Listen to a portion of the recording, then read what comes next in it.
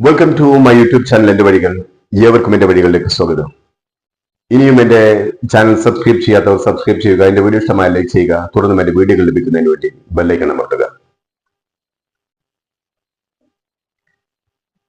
നമ്മുടെ പ്രതിപക്ഷ നേതാവ് രാഹുൽ ഗാന്ധി അതിശക്തമായ ഒരു ബോംബ് തന്നെ കുറച്ചു ദിവസം മുമ്പ് പൊട്ടിക്കുകയുണ്ടായി. അതിന്റെ പ്രകമ്പനത്തിൽ ഭരണകൂടം മാത്രമല്ല, ഇന്ത്യൻ ഇലക്ഷൻ കമ്മീഷനും ഞെട്ടിവിറച്ചു. ആദ്യം രാഹുൽ ഗാന്ധിയെ ഭീഷണിപ്പെടുത്താൻ, പരാതിയുണ്ടെങ്കിൽ നിയമാനുസൃതമായ മാർഗത്തിൽ പരാതി സമർപ്പിക്കാനും ഇലക്ഷൻ കമ്മീഷൻ ആവശ്യപ്പെട്ടു. രാജ്യത്തെ ഒരു സുപ്രധാന സ്വതന്ത്ര സംവിധാനമായ ഇലക്ഷൻ കമ്മീഷന്റെ കൊള്ളരുതായ്മയ്ക്കെതിരെ തെളിവുകൾ സഹിതം രാഹുൽ ഗാന്ധി ചൂണ്ടിക്കാണിച്ചപ്പോൾ അത് അന്വേഷിക്കാൻ തയ്യാറാവാതെ ആക്ഷേപം ഉന്നയിച്ചവനെ പ്രതിക്കൂട്ടിലാക്കാനുള്ള ശ്രമമാണ് ഇന്ത്യൻ ഇലക്ഷൻ കമ്മീഷൻ നടത്തിയത്. ദിവസങ്ങൾ ഒരു മറുപടിയും നൽകാതെ നോക്കുകുത്തികളെ പോയിരുന്നു ഇലക്ഷൻ കമ്മീഷൻ. ബീഹാറിൽ രാഹുൽ ഗാന്ധി മുന്നോട്ട് വെച്ച വോട്ടധികാർ യാത്ര തുടങ്ങാൻ തീരുമാനിച്ച അതേ ദിവസം തന്നെ, അത് ഞായറാഴ്ചയായിരുന്നിട്ട് പോലും ഇലക്ഷൻ കമ്മീഷൻ പത്രസമ്മേളനം വിളിച്ചു. രാജ്യത്തെ സ്വതന്ത്ര പരമാധികാര സ്ഥാപനമായ ഇലക്ഷൻ കമ്മീഷൻ പ്രതിയോഗികളെ നേരിടുന്നതിന് വേണ്ടി എന്ന പോലെയാണ് പത്രസമ്മേളനം നടത്തിയത്. ഇലക്ഷൻ കമ്മീഷൻ പത്രസമ്മേളനം നടത്തുന്നു എന്ന് കേട്ടപ്പോൾ അതോടുകൂടി രാഹുൽ ഗാന്ധിയെ കുഴിച്ചു മൂടുമെന്നായിരുന്നു ജനങ്ങൾ കരുതിയിരുന്നത്. പക്ഷേ ഇലക്ഷൻ കമ്മീഷന്റെ ബോംബിൽ നിന്നും വെറും പുക മാത്രമാണ് പുറത്തേക്ക് വന്നത്. ഇത്തിരി പോന്ന ശബ്ദം പോലും പുറപ്പെടുവിക്കാൻ ആ ബോംബിന് കഴിഞ്ഞില്ല എന്നതാണ് സത്യം. എന്തായിരുന്നു രാഹുൽ ഗാന്ധി ഉന്നയിച്ച വിഷയങ്ങൾ? അതിൽ നേരിയ തോതിൽ ഒന്ന് സ്പർശിക്കാൻ പോലും ഇലക്ഷൻ കമ്മീഷന്റെ വാർത്താ സമ്മേളനത്തിന് കഴിഞ്ഞില്ല. എന്തായിരുന്നു രാഹുൽ ഗാന്ധി ഉയർത്തിവിട്ട അഗ്നിക്കാറ്റ്?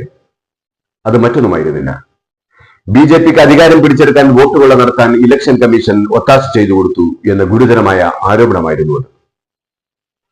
അതിന് അദ്ദേഹം ചൂണ്ടിക്കാണിച്ചത് ഇന്ത്യയിലെ വിവിധ സംസ്ഥാനങ്ങളിലെ വോട്ടർ പട്ടികയിൽ 40, 50, 60 ഒക്കെ ലക്ഷം വ്യാജ വോട്ടർമാർ ഇടം പിടിച്ചിട്ടുണ്ട് എന്നുള്ളതാണ്. മഹാരാഷ്ട്രയിൽ മാത്രം 40 ലക്ഷത്തിലധികം വ്യാജ വോട്ടർമാർ. ഹരിയാനയിലും കർണാടകയിലും സ്ഥിതി തീരെ മോശമല്ല. വോട്ടിലെ കൃത്രിമങ്ങൾ കണ്ടുപിടിക്കാൻ ഡിജിറ്റൽ രേഖകൾ പരിശോധിക്കാൻ ആവശ്യപ്പെട്ടപ്പോൾ സാങ്കേതികത്വത്തിന്റെയും പ്രൈവസിയുടെയും പേര് പറഞ്ഞ് അത് നൽകാൻ കഴിയില്ലെന്നായി ഇലക്ഷൻ കമ്മീഷൻ. അവസാനം നൽകിയത് കുന്നോളം വരുന്ന പേപ്പർ കെട്ടുകൾ. അവിടെ ഇലക്ഷൻ കമ്മീഷന്റെ കണക്കൂട്ടലുകൾ തെറ്റുകയായിരുന്നു. ഇലക്ഷൻ കമ്മീഷൻ കരുതിയത് രാഷ്ട്രീയ പാർട്ടികൾ ഇത്രയധികം പേപ്പർ കെട്ടുകൾ പരിശോധിച്ച് അതിലെ തെറ്റുകൾ കണ്ടെത്തി നെല്ലും പതിനും വേർതിരിച്ചെടുക്കില്ല എന്നായിരുന്നു. പക്ഷേ ആ കണക്ക് കൂട്ടലുകളാണ് രാഹുൽ ഗാന്ധി എന്ന സന്നദ്ധ ഭടന്റെ മുന്നിൽ തകിടം മറിഞ്ഞത്. 6 മാസത്തെ വിശ്രമമില്ലാത്ത അധ്വാനത്തിനൊടുവിൽ BJP എങ്ങനെ അധികാരത്തിലെത്തുന്നു എന്ന് മനസ്സിലാക്കുകയും അതിന്റെ സൂത്രവാക്യങ്ങൾ കണ്ടെത്തുകയും ചെയ്തു രാഹുൽ ഗാന്ധിയും ടീമും. തങ്ങൾക്ക് ആവശ്യമുള്ള മണ്ഡലങ്ങളിൽ കൃത്രിമമായി വോട്ടർമാരുടെ എണ്ണം വർദ്ധിപ്പിക്കുക, ഒരാൾക്ക് തന്നെ വിവിധ ബൂത്തുകളിൽ വോട്ടുണ്ടാക്കുക, ഒരാൾക്ക് തന്നെ വിവിധ സ്റ്റേറ്റുകളിൽ വോട്ടുണ്ടാക്കുക, കുടുസായ ഒറ്റമുറിയിൽ, അതായത് 1-2 പേർക്ക് കഷ്ടിച്ച് കഴിയാവുന്ന മുറിയിൽ 80, 100 പേർക്ക് വോട്ടുണ്ടാകുക, ABCD പ്രസവിച്ച് അനവധി കുടുംബങ്ങൾ ഉണ്ടാവുക, പൂജ്യത്തിന് അനന്ത സാധ്യതയുള്ളതുകൊണ്ട് പൂജ്യത്തിൽ ഒരുപാട് താമസക്കാർ ഉണ്ടാവുക,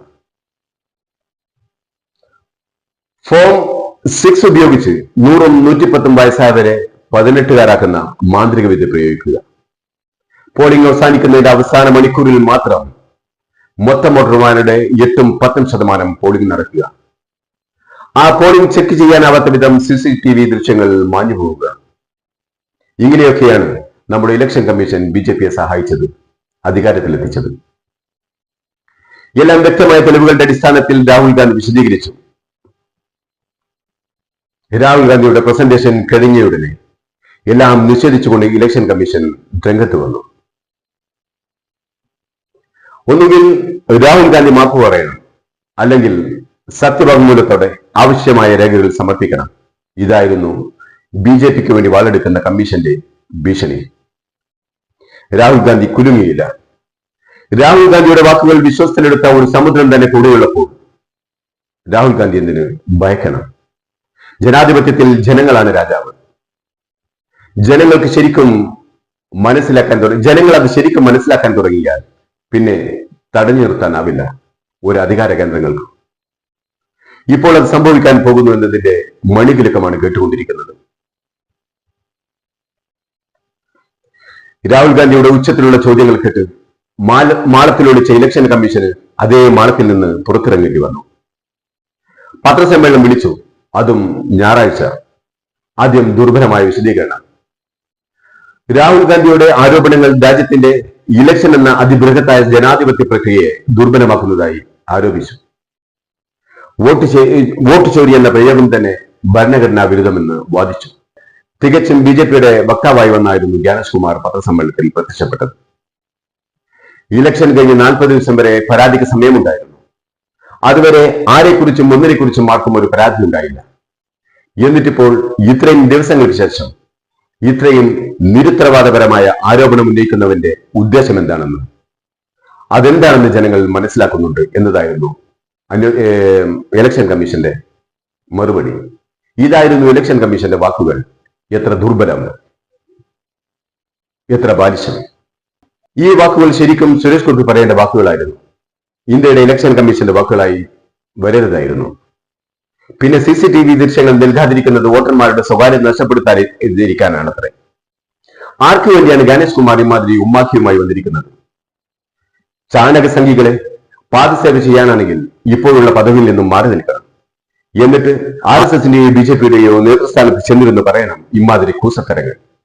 പോളിംഗ് ബൂത്തുകളുടെ CCTV ദൃശ്യങ്ങൾ പരാതിക്കാർക്ക് നൽകാൻ കഴിയില്ലെങ്കിൽ പിന്നെന്തിനാണ് ഈ ദൃശ്യങ്ങൾ പകർത്തിവെക്കുന്നത്? വാവ് വലിക്ക് പുഴയിൽ കൊണ്ടൊഴുക്കാനാണ്. വളരെ കുറഞ്ഞ സമയത്ത് പോളിംഗ് ബൂത്തിൽ തിങ്ങി നിരങ്ങി നിൽക്കുന്ന ദൃശ്യങ്ങൾ നൽകിയാൽ സ്വകാര്യത നഷ്ടമാവുമെങ്കിൽ തെരുവായ തെരുവുകളിലും ഷോപ്പായ ഷോപ്പുകളിലും ആശുപത്രികളിലും പൂരപ്പറമ്പുകളിലുമെല്ലാം പകർത്തുന്ന CCTV ദൃശ്യങ്ങളിലെ സ്ത്രീകളുടെ സ്വകാര്യത ഇലക്ഷൻ കമ്മീഷൻ വന്ന് പൊട്ടിപ്പിടിക്കുമോ? വോട്ട് ചെയ്യാനെത്തുന്നവരുടെ ദൃശ്യങ്ങൾ പകർത്തുന്നത് ഇലക്ഷൻ കമ്മീഷൻ അനുവാദം വാങ്ങിയാണ്. അപ്പോൾ ഈ വാദങ്ങളൊക്കെ വരട്ടുവാദങ്ങൾ മാത്രമാണ്, എന്തൊക്കെയോ മറച്ചുവെക്കാനുള്ള തത്രപ്പാടുകൾ മാത്രം. നെക്സ്റ്റ് എന്ന് അതിവേഗം പറഞ്ഞുപോയ ഇലക്ഷൻ കമ്മീഷൻ പൂജ്യത്തിന് നൽകിയ മറുപടി ഇന്ത്യയിൽ ലക്ഷോപലക്ഷം ജനങ്ങൾ വീടും കുടിയുമില്ലാതെ തെരുവുകളിൽ കഴിയുന്നുണ്ടെന്നാണ്. അവർക്ക് വോട്ട് വേണ്ടേ എന്ന മറുചോദ്യം ഉന്നയിക്കുകയായിരുന്നു. കർണാടകയിൽ വീടും കുടിയുമില്ലാത്ത, ഒരു രേഖയുമില്ലാത്ത ലക്ഷങ്ങളെ വോട്ടേഴ്സ് ലിസ്റ്റിൽ തിരികെ കയറ്റിയപ്പോൾ ബീഹാറിൽ എല്ലാ രേഖകളും വീടും കുടിയുമുള്ള ലക്ഷോപലക്ഷം ജനങ്ങൾ വോട്ട് ചെയ്യാൻ അധികാരമില്ലാത്തവരായി.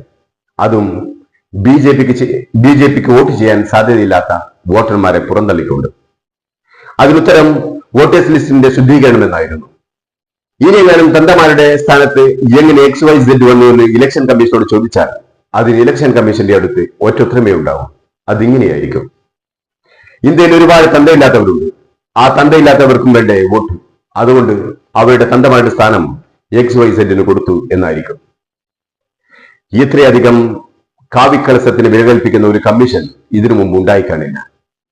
പിന്നീട് ജ്ഞാനേഷ് കുമാർ പറഞ്ഞത് ഇതെല്ലാം തിരുത്താനും ആക്ഷേപങ്ങൾ ഉന്നയിക്കാനും ഉദ്യോഗസ്ഥരും സമയവും ഉണ്ടായിരുന്നല്ലോ, എന്തുകൊണ്ട് ഇലക്ഷന് മുമ്പ് അതൊന്നും ചെയ്തില്ല എന്നായിരുന്നു. അതേ ചോദ്യം തന്നെയാണ് ജനങ്ങൾക്കും ചോദിക്കാനുള്ളത്. നമ്മുടെ ഇലക്ഷൻ സംവിധാനത്തിൽ കേന്ദ്ര തെരഞ്ഞെടുപ്പ് കമ്മീഷന് മുഖ്യ തെരഞ്ഞെടുപ്പ് കമ്മീഷണർ എന്ന ഒരു കസേരയുണ്ട്, അഥവാ CEC. ആ കസേരയിൽ ഇപ്പോൾ ഇരിക്കുന്നത് ജ്ഞാനേഷ് കുമാറാണ്. അദ്ദേഹത്തിന്റെ താഴെ 2 തെരഞ്ഞെടുപ്പ് കമ്മീഷണർമാരുണ്ട്, അഥവാ ECമാർ. ഒന്ന് സുഖ്ബീർ സിംഗ് സാന്ധു, മറ്റേയാൾ വിവേക് ജോഷി. ഇവർക്ക് താഴെ ഓരോ സംസ്ഥാനങ്ങൾക്കും CEOമാരുണ്ട്, അഥവാ ചീഫ് ഇലക്ടറൽ ഓഫീസർമാർ. അവർക്ക് താഴെ ഡിസ്ട്രിക്ട് ലെവൽ ഓഫീസേഴ്സ് ഉണ്ട്, RO അഥവാ റിട്ടേണിംഗ് ഓഫീസേഴ്സ്. അതിന് താഴെ ARO അഥവാ അസിസ്റ്റന്റ് റിട്ടേണിംഗ് ഓഫീസേഴ്സ് ഉണ്ട്. അവർക്ക് താഴെ പ്രിസൈഡിംഗ് ഓഫീസേഴ്സ്, BLO അഥവാ ബൂത്ത് ലെവൽ ഓഫീസേഴ്സ് എന്നിവരുമുണ്ട്. ഇത്രയൊക്കെ സംവിധാനങ്ങൾ ഉണ്ടായിട്ടാണ് വോട്ടേഴ്സ് ലിസ്റ്റിൽ ഇത്രയൊക്കെ ഗുരുതരമായ ക്രമക്കേടുകൾ ഉണ്ടാവുന്നത്. എല്ലാ തെറ്റുകൾക്കും BLOമാരെയും താഴേക്കിടയിലുള്ള ഉദ്യോഗസ്ഥരെയും കുറ്റപ്പെടുത്തുമ്പോൾ ഉയർന്ന ലെവലിലുള്ള ഉദ്യോഗസ്ഥർക്ക് പിന്നെന്തായിരുന്നു പണി? താഴെത്തട്ടിൽ നിന്നും അയച്ചു നൽകുന്ന രേഖകൾ അതുപോലെ അംഗീകരിക്കലാണ്. അങ്ങനെയെങ്കിൽ എന്തിന് മുഖ്യ തെരഞ്ഞെടുപ്പ് കമ്മീഷൻ? എല്ലാറ്റിനും താഴെത്തട്ടിലുള്ള ഉദ്യോഗസ്ഥർ പോലെ. നമുക്കറിയാം, ഇന്നത്തെ ഡിജിറ്റൽ യുഗത്തിൽ മണിക്കൂറുകൾ മാത്രം മതി അനധികൃത അനധികൃതമായി കടന്നുകൂടിയ വോട്ടർമാരെ കണ്ടെത്താൻ ഇന്ന് ഫേസ് ഡിറ്റക്ട് ചെയ്യുന്ന ആപ്പുകൾ, ഫോട്ടോ വെരിഫൈ ചെയ്യുന്ന ആപ്പുകൾ, അഡ്രസ് വെരിഫൈ ചെയ്യാനുള്ള ആപ്പുകൾ, ഇവയെല്ലാം അനായാസം നിർമ്മിക്കാൻ കഴിയുന്നതാണ്. ഒരു വോട്ടർക്ക് എവിടെയെല്ലാം വോട്ടുണ്ടെന്നും അയാൾ ഏതെല്ലാം അഡ്രസ്സിൽ എവിടെയെല്ലാം വോട്ടറായിട്ടുണ്ടെന്നും കണ്ടെത്താനും അവർക്ക് തന്തയും തള്ളയുമുണ്ടോ അതോ ABCD പ്രസവിച്ചവരാണോ എന്നാൽ തിരിച്ചറിയാനും നിഷ്പ്രയാസം കഴിയുമെന്നിരിക്കെ ഇത്രയും കൃത്രിമങ്ങൾ എങ്ങനെ നടന്നു എന്ന് പറയാൻ മുഖ്യ തെരഞ്ഞെടുപ്പ് കമ്മീഷന് ഉത്തരവാദിത്തമുണ്ട്. അതല്ലാതെ ഭരണവർഗത്തിന്റെ ആസനം താങ്ങുന്ന മറുപടിയാണ് തെരഞ്ഞെടുപ്പ് കമ്മീഷൻ നൽകുന്നതെങ്കിൽ ആ കമ്മീഷനെ വിലവെക്കാൻ ജനങ്ങളും തയ്യാറാവില്ല. തത്വത്തിൽ രാഹുൽ ഉന്നയിച്ച ഒരു ചോദ്യത്തിനും വ്യക്തമായ ഉത്തരം ഇലക്ഷൻ കമ്മീഷന്റെ കൈകളിൽ ഇല്ല എന്നതാണ് സത്യം.